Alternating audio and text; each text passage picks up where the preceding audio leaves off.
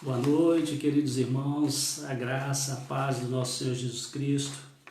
Mais uma vez estamos aqui, nessa quarta-feira, dia 22/7, para dar sequência no nosso estudo de quarta-feira.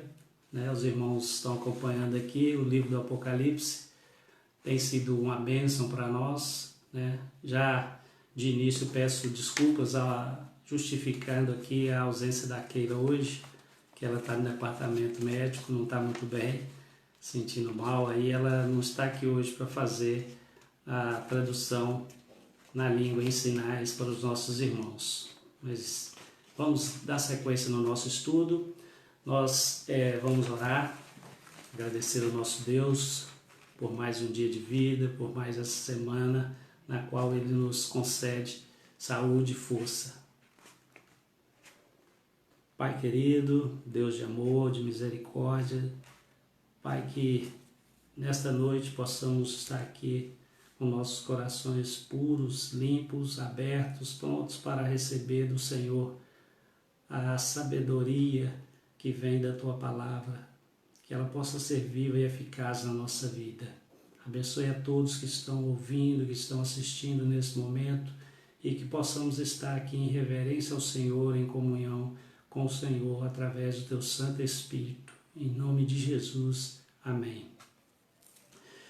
Irmãos, nós paramos na sexta trombeta semana passada, que fica lá no capítulo 10, no capítulo 9, e pegamos um interlúdio no capítulo 10, que fala sobre o livrinho, a pregação do Evangelho de João, e as duas testemunhas, sobre medir o altar de Deus também, nós estudamos sobre isso, e ficou a sétima trombeta para a gente estar estudando hoje. E eu queria que os irmãos abrissem no capítulo 11 de Apocalipse, que do versículo 15 até o final, que é o versículo 19. Vamos abrir e vamos ler então. Fala assim: o sétimo anjo tocou a trombeta e houve nos céus grandes vozes dizendo: o reino do mundo se tornou de nosso Senhor e do seu Cristo, e ele reinará pelos séculos dos séculos. E os 24 anciãos que se encontram sentados no seu trono diante de Deus prostraram-se sobre o seu rosto e adoraram a Deus, dizendo: graças te damos, Senhor Deus Todo-Poderoso, que és e que eras, porque assumiste o teu grande poder e passaste a reinar. Na verdade, as nações se enfureceram. Chegou, porém, a tua ira e o tempo determinado para serem julgados os mortos, para se dar o galardão aos teus servos, os profetas, e aos santos e aos que temem o teu nome, assim aos pequenos como aos grandes, e para destruir os que destroem a terra. Abriu-se então o santuário de Deus que se acha no céu, e foi vista a arca da aliança no seu santuário. E sobrevieram relâmpagos, vozes, trovões, terremoto e grande saraivada. Aqui, irmãos, na sétima trombeta, é uma introdução do juízo final. Como o Apocalipse ele tem aquela leitura recapitulativa, a gente vai vendo progressão na história. E a sétima trombeta é uma introdução do juízo final. Ela não trata aqui de uma descrição do juízo final, mas somente de uma introdução. E mais adiante, nós vamos ver nas próximas sessões do livro do Apocalipse, que serão mais claras, que vai lançar mais luz sobre esse evento do juízo final, à medida que vai avançando o estudo do livro. E essa breve introdução aqui, na sétima trombeta, mostra para a gente que é quando o dia do juízo estiver chegado, o esplendor real da soberania de Deus será revelado em sua totalidade, pois toda oposição será destruída.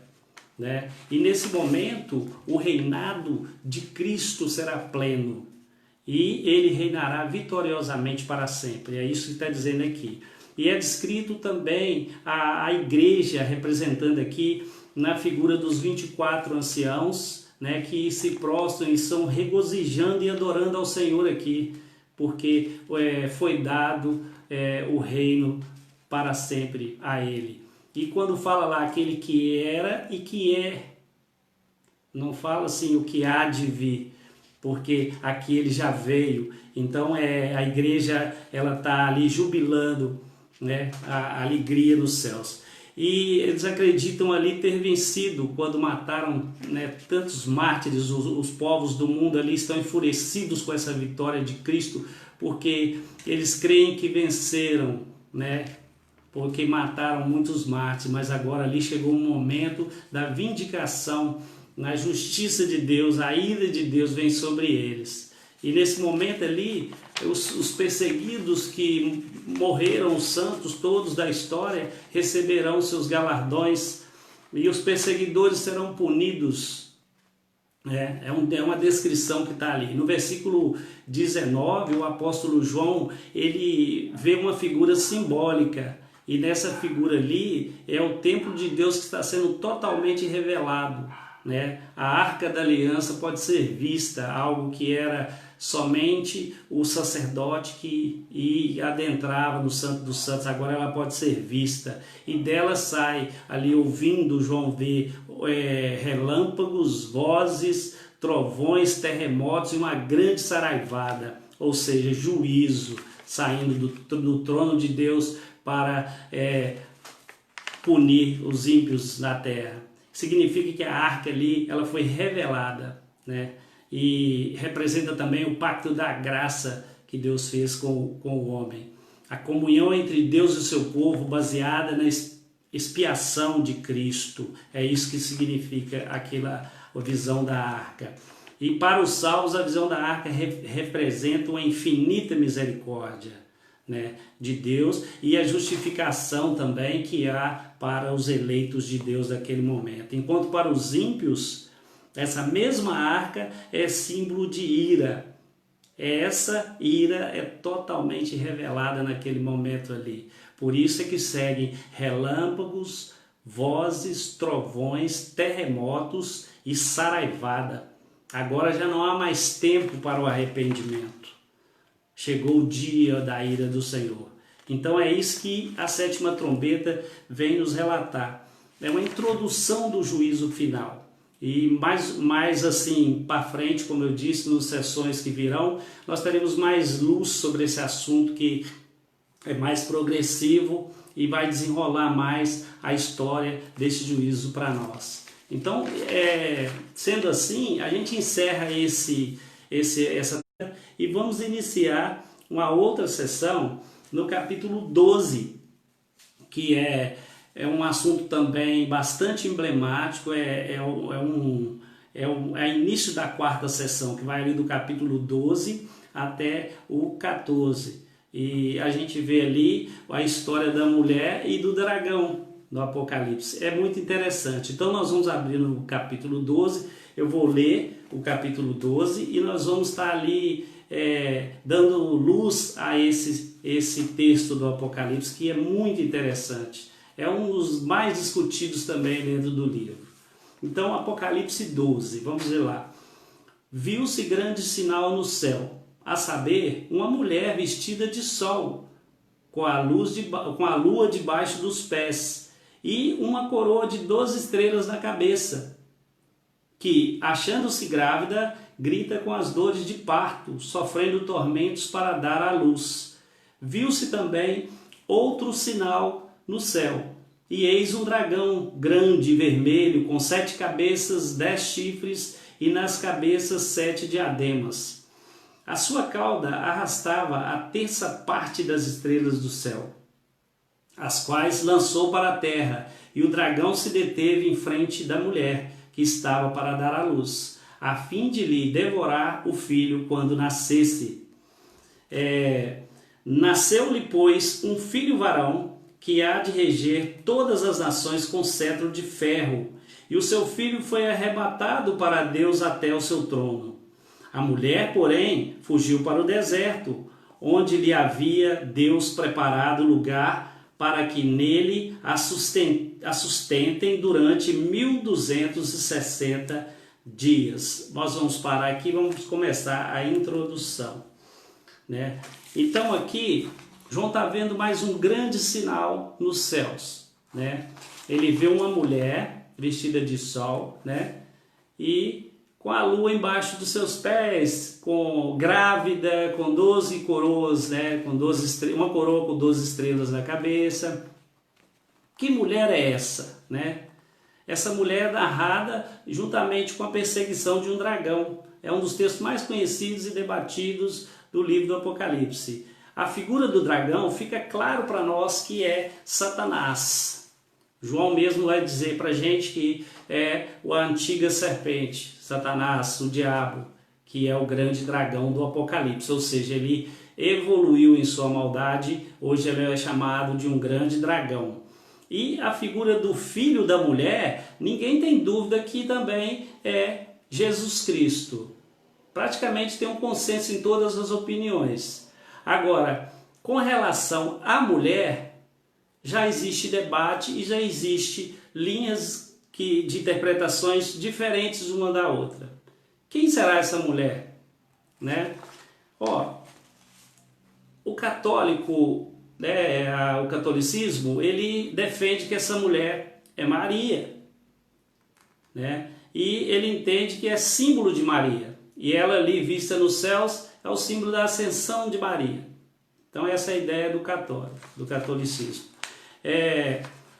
O pré-milenista dispensacionalista, ele diz que essa mulher é a nação de Israel, né? E que esse período que ela é levada para o deserto é de 1260 dias, é o período também que ela é perseguida. E é o período da grande tribulação, isso que eles defendem, né? E a interpretação mais coerente para nós com relação a essa mulher, que a Bíblia dá mais alusão, é que essa mulher é a igreja, aqui no texto revelada no início, a igreja do Velho Testamento, né? Ela traz ali as 12 estrelas na coroa dela, tem a lua embaixo dos seus pés, é vestida de sol. O que é isso? O que quer dizer isso dessa mulher vestida de sol, né? A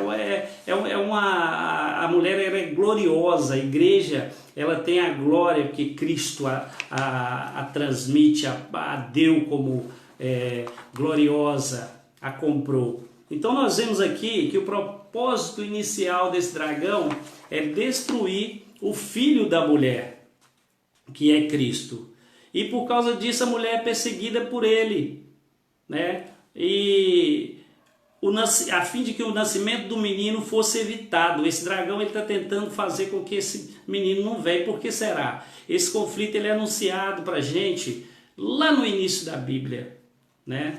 No texto de Gênesis 3:15, quando Deus já faz essa profecia. Ele diz assim, Gênesis 3:15, e porém inimizade entre ti e a mulher, e entre a tua semente e a semente da serpente, no caso.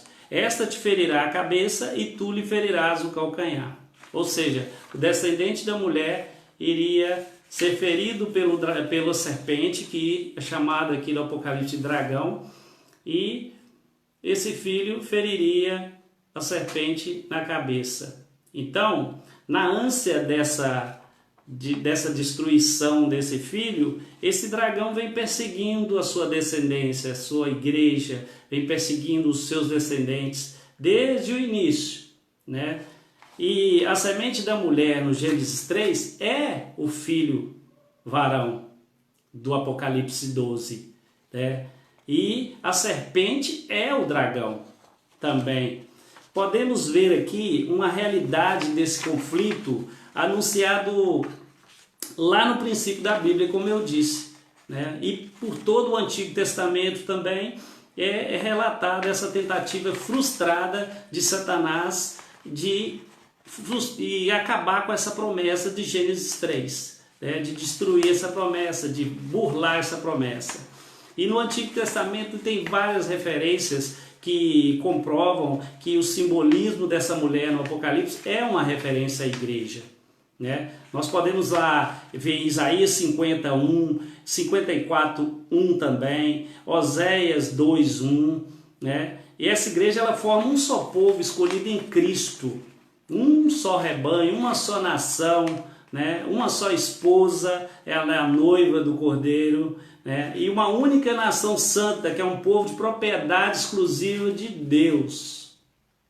Então essa igreja está ali representada num símbolo que é a linguagem do Apocalipse, como uma mulher grávida, o povo, a descendência de Israel, grávida do Messias, protegendo a geração ou trazendo a geração que traria o Messias, né, mais adiante. E esse dragão, nas suas tentativas de frustrar essa vinda desse Messias, que seria o descendente da mulher que iria lhe ferir a cabeça, né? E com base nisso tudo aqui, a gente tem que acreditar que fica muito claro que a posição mais coerente sobre a identidade dessa mulher não é essa de pensar que era só Maria ou que era somente a nação de Israel, né? Porque o tema principal desse livro, ele mostra que a vitória de Cristo e da sua igreja é o tema principal do Apocalipse. Então não faria qualquer sentido uma citação repentina sobre Maria ou sobre o Israel aqui como etnia, como nação.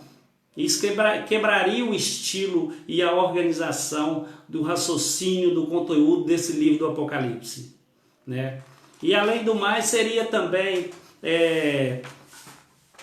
seria importância prática ali para os irmãos daquela igreja da época de João, da Ásia Menor, né? Não teria muito sentido dizer que esse texto se referia ali a só Israel ou a só Maria, né? Que aquela mulher do capítulo 12. Tinha que ter a ver com eles, com a igreja, o que eles estavam passando, uma perseguição intensa sobre o jugo do Império Romano. Então a gente vai baseando, vai estudando, vai vendo essas declarações bíblicas que vão dando luz para a gente entender que a mulher é mais um símbolo, né, da igreja de Cristo na Bíblia. E a gente considerar o contexto histórico aqui não faria muito sentido. Aqueles irmãos da época de João não iam entender que a mulher simbolizando a igreja ali faria mais sentido, né? Aí aqueles irmãos eles tiveram talvez essa interpretação, porque ficaria mais coerente algo simbólico que mostrasse uma realidade, né? E eles estavam vendo aqui ali uma grande guerra, uma perseguição que existia por trás da igreja de Cristo. Então dava para fazer um comparativo com o Apocalipse 12, com a igreja sendo perseguida pelas forças do mal, né? E é claro que a gente não descarta, Maria está incluída nessa, como um membro que desempenhou seu papel, né, fundamental ali, né, nesse grupo organizado aqui, né? Maria faz parte dele e também a própria Israel faz parte, porém não é coerente dizer que seria somente a nação de Israel, né? Porque nem todos da época de Israel eram realmente israelitas de Deus, né? Nem todos, só alguns, como hoje também nem todos os cristãos são crentes, a maioria não segue, só tem a carteirinha no peito de evangélico e pronto. Então não seria viável pensar como algo local ali, é Israel étnico ou é só Maria, a pessoa de Maria.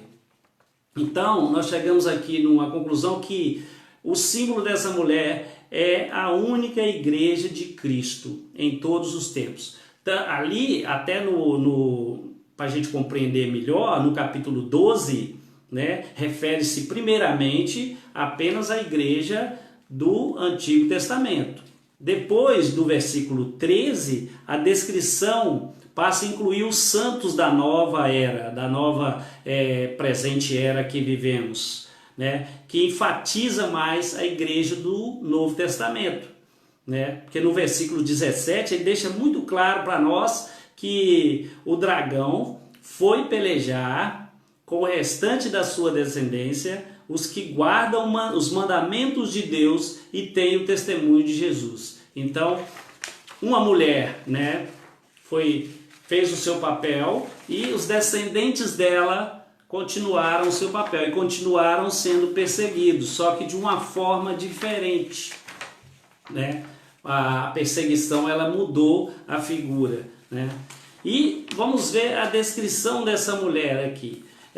A descrição dela, ela está vestida de sol, como eu disse, significa que ela é gloriosa, ela é exaltada, ela reflete o brilho da glória de Deus, né? A igreja de Deus, a menina dos olhos de Deus. Então ela está vestida de sol e ela tem a lua debaixo de seus pés, né? Isso quer dizer que ela exerce domínio, né? Que foi uma autoridade que o próprio Cristo ele deu para ela, ele outorgou para ela. Então ela recebe a autoridade, então ela tem a lua embaixo dos seus pés. E também nós podemos voltar lá no Gênesis 37, versículo 9, o sonho de José.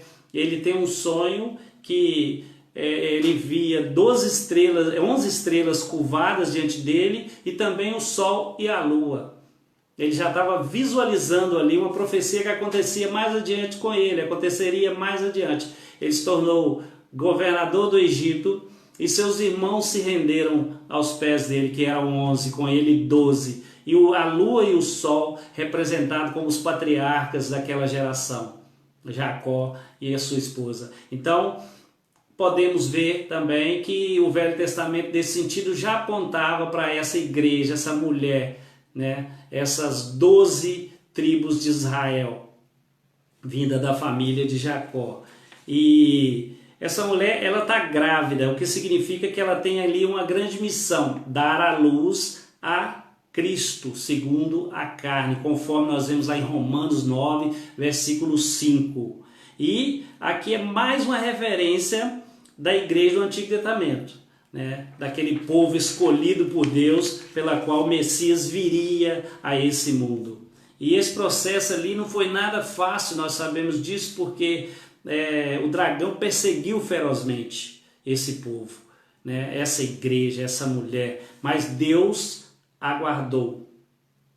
E na plenitude do tempo, Jesus nasceu, né?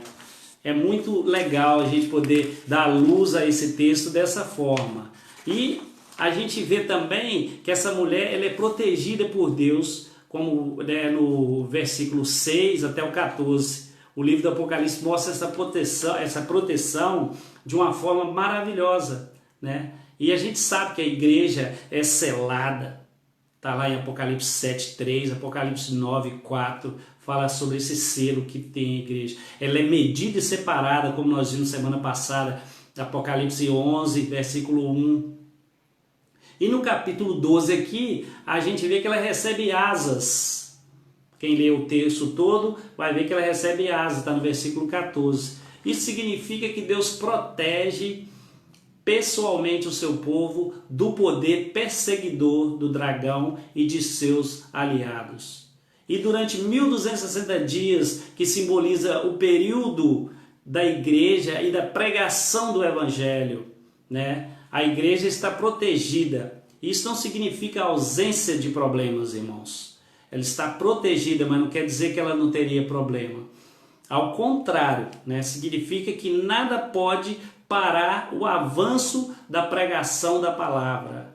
De modo que se a gente for mais preciso, Deus concede poder aos seus eleitos para que sejam mortos por amor ao seu nome, né? Somos encorajados a isso. Apocalipse 6, 9 diz isso, versículo também 11, e o Apocalipse 14, versículo 13, né? E vamos ver aqui também a descrição do filho dessa mulher. né? Não há qualquer dúvida de que o filho dessa mulher é o Messias, né? No versículo 5, mostra esse filho homem, filho varão, né? Como alguém muito poderoso que há de reger as nações com cetro de ferro. Essa é uma citação lá do Salmo 2:9, que é um salmo mais messiânico. Se os irmãos lerem lá Salmo 2, versículo 9, você vai ver que ele regerá nações com cetro de ferro, vai falar isso. Inclusive, ela é aplicada pelo próprio Cristo em Apocalipse 2, versículo 27. Né? Só para eu estou dizendo esses textos assim para a gente poder ter mais base para poder estar dizendo que é dessa forma. A Bíblia nos dá a luz, a Bíblia explica a própria Bíblia. Né? E o versículo 5 ele mostra para a gente aqui que esse filho subiu ao céu para sentar-se ao trono. Né? E aqui está englobando todo o processo de exaltação de Cristo, desde a sua humilhação, da sua morte, da sua ressurreição, até a sua ascensão aos céus. Tipo assim, em poucas palavras, João conta a história de Cristo inteira. E esse filho subiu para os céus, foi tal, está sentado à direita de Deus. Quer dizer, a história resumida ali do filho varão. A história da igreja resumida na mulher grávida, a perseguição do grande dragão, e o filho, essa mulher deu à luz a um filho, esse filho foi levado para os céus, e assim, né, a gente vê no versículo 10 aqui, que é explícito de que o filho da mulher se trata de Jesus, ao dizer que agora é chegada a salvação e a força e o reino do nosso Deus e o poder do seu Cristo. Então, não tem dúvida sobre isso. Né? Agora vamos ver a descrição do dragão. Né? O dragão, não tem dúvida que ele simboliza Satanás. Lá em Apocalipse 22, versículo 20, versículo 2, fala sobre isso. Ele é um ser pessoal que possui uma grande obsessão em atacar o filho da mulher. Né? Ele possui aqui 7 cabeças coroadas, simboliza o seu domínio mundial. Né? Ele tem vários textos aqui, eu não vou nem citar para os irmãos, que nos dão esse mais concreto sobre esse poder mundial.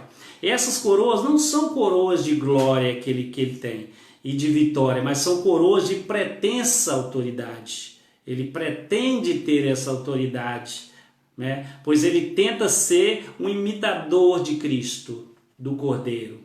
Né? E os 10 chifres simbolizam o seu poder destrutivo.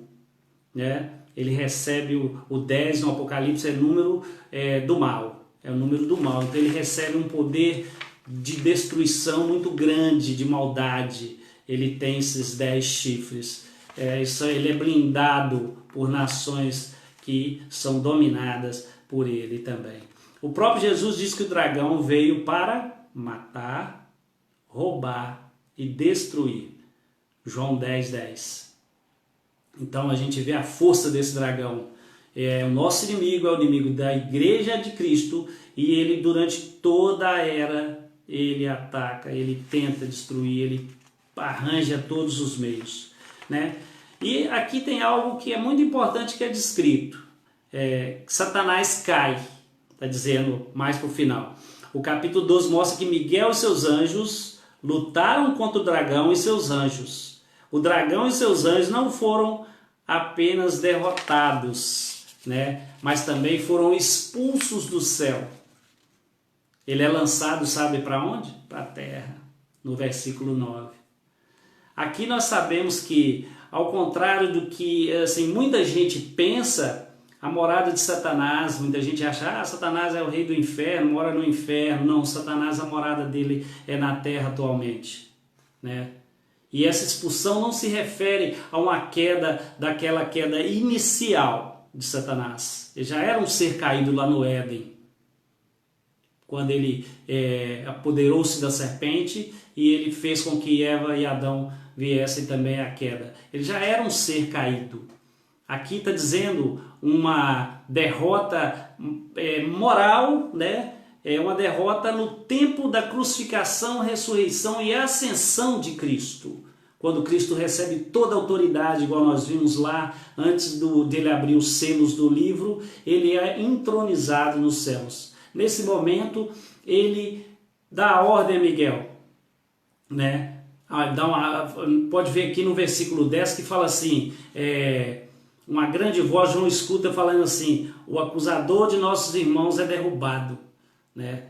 E o significado dessa expressão aqui, ele fica claro para a gente ver lá em Jó, capítulo 1, de 9 até 10, né? Com a morte, ressurreição e ascensão de Cristo, Satanás sofre uma derrota esmagadora, né? Anula qualquer acusação contra aqueles que estão em Cristo Jesus. E o capítulo 12 vem revelar Satanás sendo lançado na terra, né? Já o capítulo 20, ele vai revelar Satanás sendo lançado num lago de fogo e enxofre. Mais adiante veremos isso. Então, a gente vê que ele teve a sua queda galáctica e teve aqui sua queda moral. Ou seja, o papel dele era acusar os santos diante de Deus. No Antigo Testamento, ele trabalhou assim constantemente, né? Ele participava das Assembleias Celestes, ele acusava os irmãos. Nós vimos isso claramente lá em Jó, nós vimos na hora da punição do rei Acabe. Deus na Assembleia fala, quem vai, eu escolho alguém para punir o rei Acabe. Um dos capetinhas lá levanta assim, fala eu, um dos anjos caídos. Quem fará isso? Quem vai fazer com ele? Eu vou confundir a mente dos profetas dele e ele vai acabar se embolando até a morte. Então é mais ou menos por aí. Aí tem pessoas que ainda creem que Satanás tem o poder do inferno. Não, irmão. O inferno é o lugar de punição para ele. Ele nunca foi no inferno, né? Os anjos que estão aprisionados em abismos, eles estão no Tártaro, selados e aprisionados por Deus para o dia do juízo, como nós vimos na semana passada.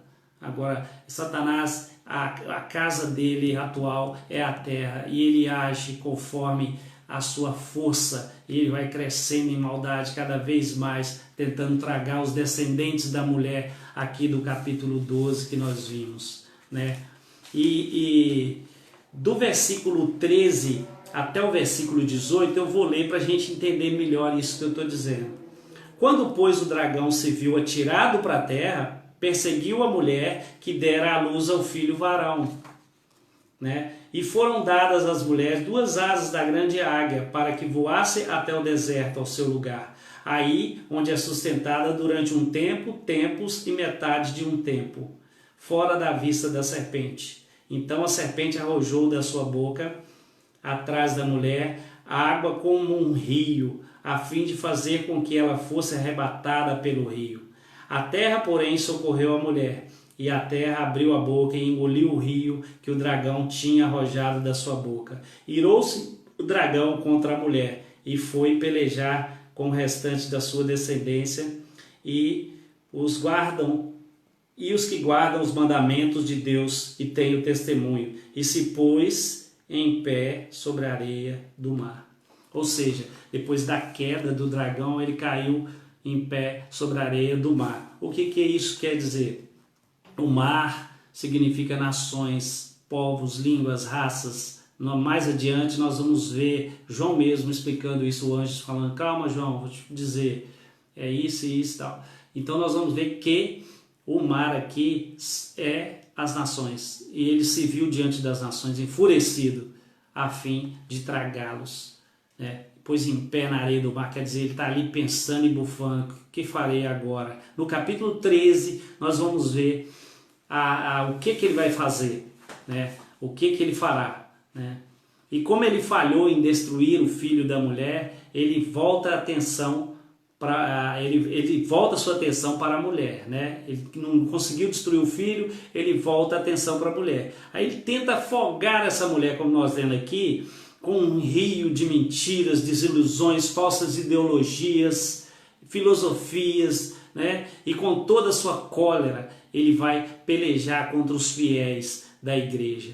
Porém, Deus os protege, ela lhes dá asas durante um período. Ou seja, o tempo da igreja do Velho Testamento, na qual foi perseguida até a vinda do Messias, ele ficou reservado. Lembra lá atrás quando João fala assim, pega uma vara e mede o santuário, né? Deixa o átrio externo sem medir, que esse é para os gentios. Ou seja, o átrio interno é onde estão os santos da primeira era da igreja.